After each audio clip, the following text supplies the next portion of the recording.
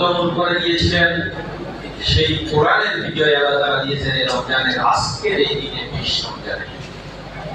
সম্মানিত ভাইরা, বাংলাদেশ জামাত ইসলামী বাংলাদেশে সেই কোরআনের রাজ কায়েম করতে চান, যে কোরআন রমজানে নাযিল হওয়ার কারণে রমজান মাসে সেই একই কোরআনের রাজ বাংলাদেশে প্রতিষ্ঠিত করার আন্দোলন করে যাচ্ছে জামাত ইসলামী।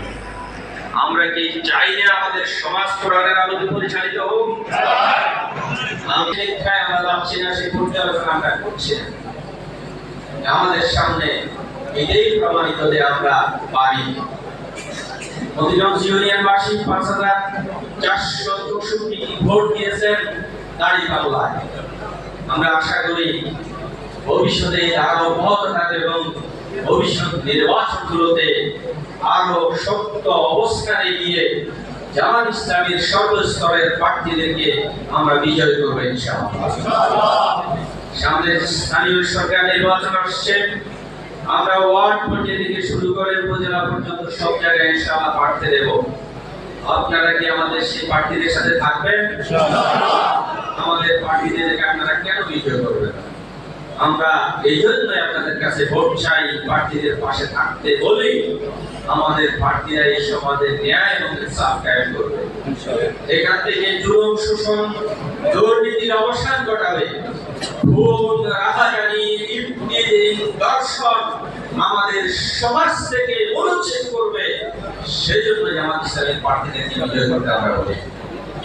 আমরা দেখছি নতুন সরকার ক্ষমতায় আসার আগেই তারা বলেছেন মদিনার মতো করে রাষ্ট্র চালাবেন। আমরা তারেক রহমান সাহেবের এই কথাকে সাধুবাদ জানাই, আমরা শুভ কামনা করি। আমরা ওনার জন্য দোয়া করি। তিনি যে কথা বলেছেন মদিনার মতো করে রাষ্ট্র চালাবেন, তিনি যাতে করে মদিনার মতো করে রাষ্ট্র চালাতে পারেন। যদি মদিনার মতো করে রাষ্ট্র চলে, সেই রাষ্ট্রে কি খুন থাকবে? না। মদিনার মতো রাষ্ট্র চলে, সেখানে কি সুদ থাকবে? সেখানে কি দুর্নীতি থাকবে? সেখানে কি দর্শন থাকবে? যদি না থাকে আমাদের কি অসুবিধা আছে? হ্যাঁ, তারেক রহমান সাহেব বিএনপি যদি কাজটা করে ফেলে, তাহলে জামাত ইসলামী যেটা চাই সেটা হয়ে গেছে।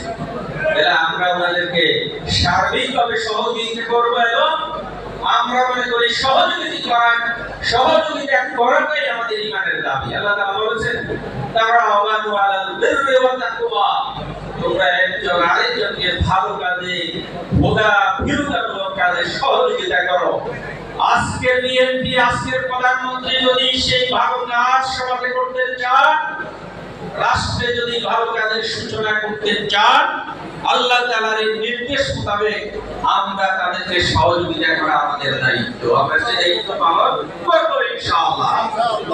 কিন্তু আল্লাহ দ্বিতীয় অংশে বলেছেন, ওয়ালা তাআওয়ানু আলাল ইসমি ওয়াল উদওয়ান, কোন খারাপ কাজে সহযোগিতা করিও না, কোন গুনাহের কাজে, কোন সীমা লঙ্ঘনের কাজে কেউ কাউকে সহযোগিতা করিও না। আমরা বিএনপি এবং তারেক রহমান সাহেব